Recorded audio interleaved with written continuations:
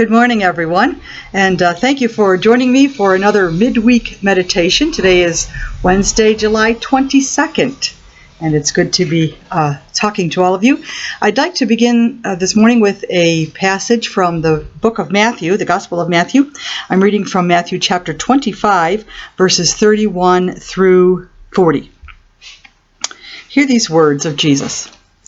But when the King shall come in all his glory, and all the angels with him, then he shall sit upon the throne of glory, and all the nations will be gathered before him, and he will separate the people as a shepherd separates the sheep from the goats, and place the sheep at the right hand and the goats at the left.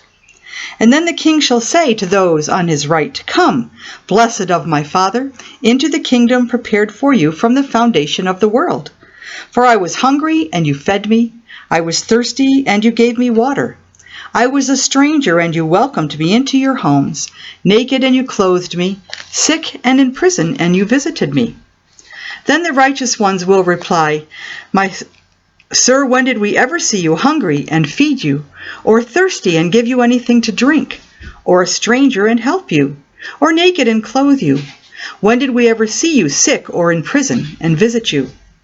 And the King will say to them, When you did it to these my brethren who were doing it to me, when you did it unto the least of these, you did it also unto me. Our meditation this morning is a tribute to Congressman John Lewis. Congressman John Lewis passed away this week at the age of 80 after a struggle with pancreatic cancer. An African American, Lewis was born and raised in Alabama. His parents were sharecroppers, and from a very young age, he helped them in their work. At 21, Lewis was asked by Martin Luther King to join the civil rights movement, and he worked to promote nonviolence and the cause of justice. One of the original Freedom Riders, Lewis walked with Dr. King in front of the crowd, crossing the Edmund Pettus Bridge in the Selma March of 1965. He was badly beaten as a result and carried the scars from that abuse for the rest of his life. John Lewis helped to organize the subsequent March on Washington, and at 23 he was the youngest speaker to the enormous crowds on the Washington Mall that day when Martin Luther King Jr. gave his famous I Have a Dream speech. During the civil rights years, Lewis was arrested more than 40 times. He suffered physical attacks and serious injuries. Yet he remained a devoted advocate of the philosophy of nonviolence, and he carried this idea with him into the political arena. In 1987, he was elected to Congress as a member of the House of Representatives for Georgia's 5th Congressional District, and this was a position he held until his death this past Friday. At the news of his passing, every living United States president wrote some comment of tribute to John Lewis. And I'd like to share with you some of what former Vice President Joe Biden wrote as he mourned the death of this fellow congressional leader. We are made in the image of God, he wrote, and then there is John Lewis.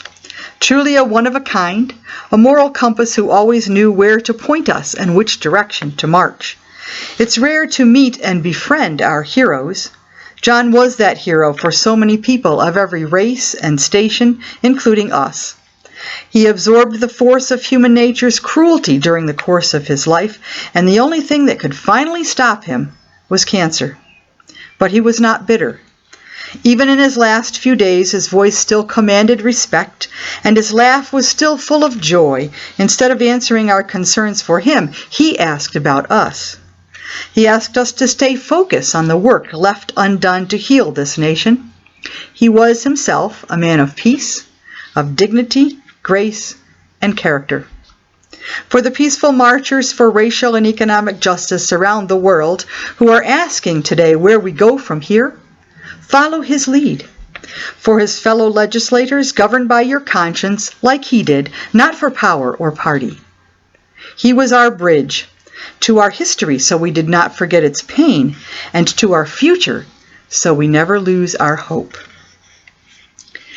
Biden ended by saying to this faithful servant, May you be reunited with your beloved Lillian, and may you continue to inspire righteous good trouble down from the heavens.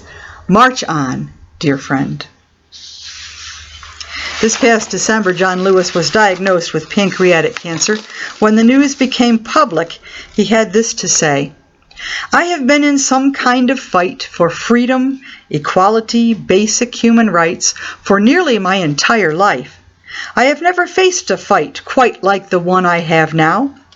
So I have decided to do what I know to do and do what I have always done. I am going to fight it and keep fighting for my beloved community. We still have many bridges to cross."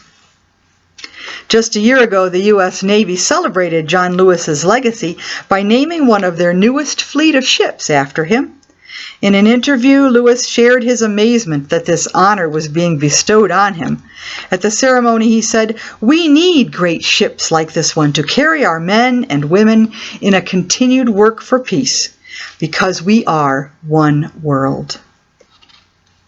Perhaps the greatest legacy we can leave and the greatest honor we can show for a courageous and committed leader like John Lewis is to continue his work, which is, after all, God's work for basic justice and peace in the world. Truly, I tell you, just as you did it to one of the least of these who are members of my family, you did it to me. Well done, good and faithful servant. March on, dear friend.